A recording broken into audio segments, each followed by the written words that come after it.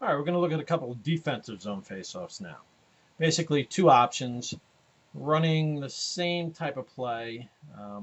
One where we're going to go up the weak side wall, another one where we're going to reverse it back up the strong side wall. Now, again, there's 50 different things that we can do in the defensive zone to clear the puck, but these are just two basic plays that we're going to work on that'll allow us to clear the zone quickly. And then in practice, we can work on some alternatives off of these plays. For now, here's option one. Okay, center wins the puck back to D1. First, let's talk about the formation.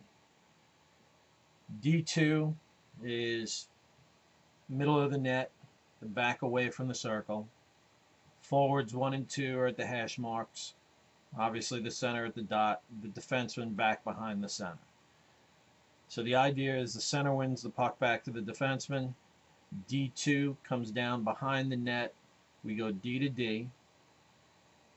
F2, the inside forward, works his way to the weak side wall. The center works his way across and up the middle. And then F1 hangs at the wall here for a little bit. And then as soon as the puck goes that way, he starts breaking up the ice. You'll see, back to D1, over to D2. We hit F2 on the wall and go from there. So again, D to D. We hit F2 on the wall. F2 chips right out to the center. F1's breaking. Center gets the pass, and we go. One more time. Back to D1, D to D, out to F2, and up to the center. Let's look at that play from the opposite side, just so that you see it runs the same way. Back to D1, over to D2, out to F2 on the wall, and then up. D to D, out to F2, F2 hits the center. Now, timing on this play is important because we don't want to be blowing out of the zone just in case there's a turnover on the wall here. We don't want the center breaking up ice. We don't want F1 breaking up too far. That's why F1 kind of hangs out here for a little bit, making sure that the play is happening. Center doesn't get too far up because he wants to make sure that that pass is made. And then once that pass is controlled, then we're looking for the breakout. Okay. Now we'll go to defensive zone option number 2.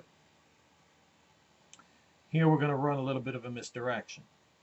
Again, we're lined up the same way. The two forwards at the hash mark, D1 back, D2 a little more than halfway to the crease. Okay, when we run this one, again, D2 is dropping back. F2 is making his way out to the weak side wall. Center's sliding up through the middle. We're going to go D to D. If that pass isn't there, we're going to come back D to D, and we're going to hit F1 on the wall on this side.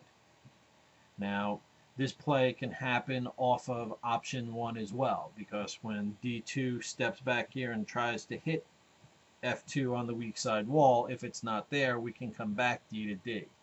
And that's why F1 in this face-off is always waiting just a few seconds on the wall there to see how the play develops. So we go D to D, and we come back D to D, and we make the pass to F1. So again, we go D to D. We make like we're going to go this way, but instead we come back D to D, swing it back to this side in the hope that their center was here, they had a wing here, obviously they had a wing here, that when the puck goes D to D, this wing is going here, center's coming this way, and this wing's coming this way. We get them all flowing to the strong side. We come back to the weak side, D to D, up to this forward. Everybody's breaking that way. Center sees that play made. He loops up, and we hit him with a pass, and we have the center breaking out of the zone. Okay, one more time. We go D to D. Fake it up to F2, back to the D, and then up the wall. Show it from the opposite side just to show you that it's the same type of play. Nope. Okay, D to D.